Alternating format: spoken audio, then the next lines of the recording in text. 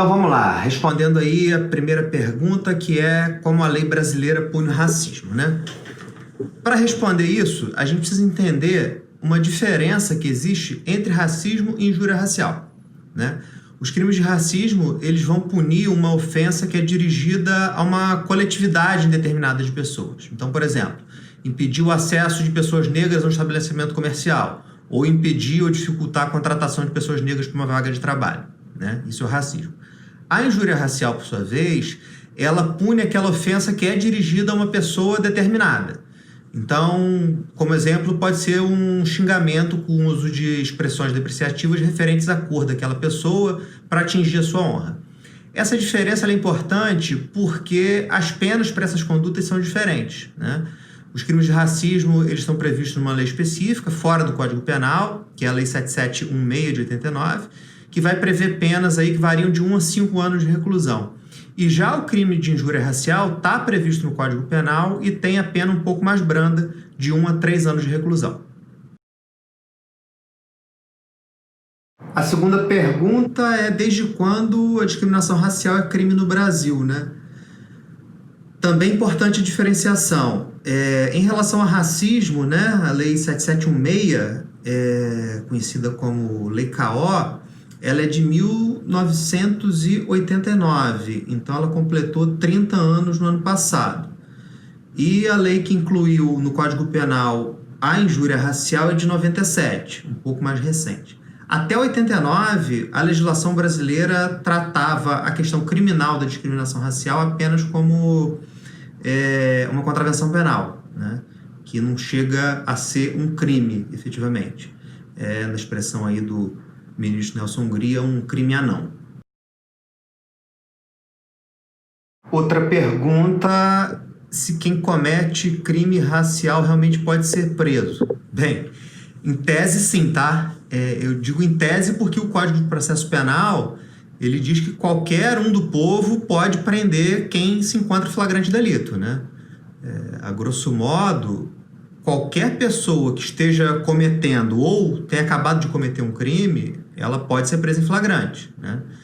E aí aquela prisão que vai conduzir o autor daquele fato até uma delegacia de polícia. Se esse fato praticado por essa pessoa for uma injúria racial, o delegado de polícia vai poder arbitrar uma fiança, né? Ou o juiz de custódia, um pouco mais na frente, vai poder arbitrar alguma outra medida cautelar e a pessoa vai poder responder esse processo em liberdade. Isso porque a injúria racial ela tem uma pena máxima de 3 anos, né? Então, a prisão preventiva aí, ela é inadmissível, né? E há uma série de outras questões técnico-processuais aí. Então, por exemplo, pode haver uma suspensão condicional do processo e ainda assim, se a pessoa for efetivamente processada e condenada, aquela pena privativa de liberdade pode ser substituída por uma pena restritiva de direitos. Já os crimes de racismo, né, previstos naquela Lei 7716, o delegado não vai poder arbitrar essa fiança, né?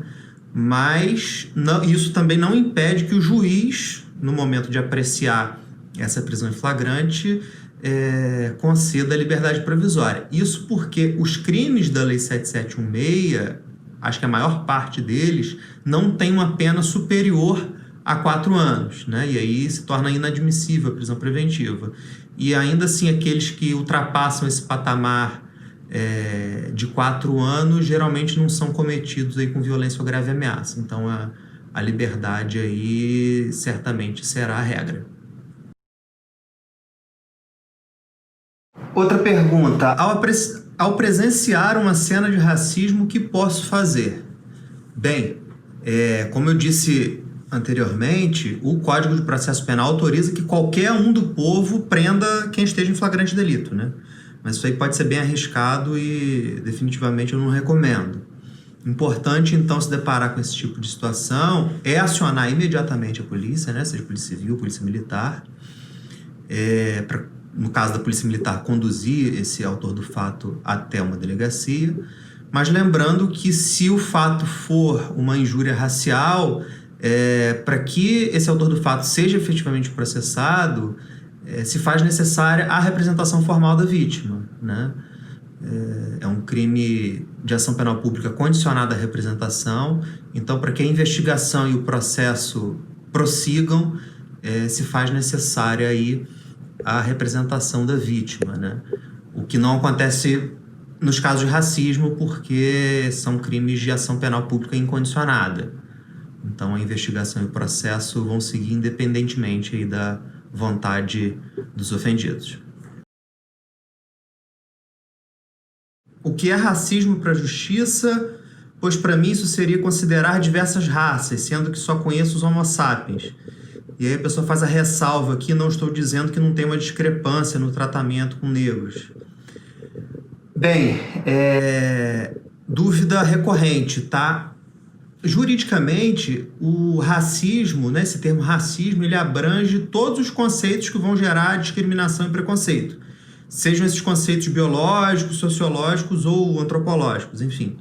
Então, essa divisão em raças, né, seria apenas um resultado de um processo político-social e não estritamente biológico, tá?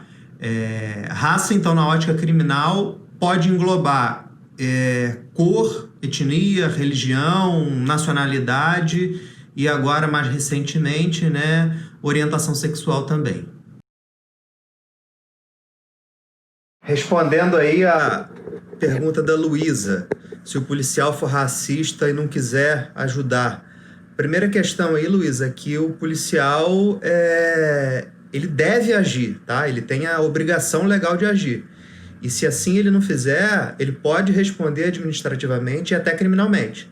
E aí o caminho ideal é buscar a corregedoria da instituição, da Polícia Civil, da Polícia Militar, ou noticiar o fato aí ao Ministério Público. Pessoal, muita gente respondendo que brigaria se visse diante de uma situação dessa. Mas isso aí, do ponto de vista jurídico, não é o mais adequado e pode até atrapalhar a responsabilização do autor do fato, tá?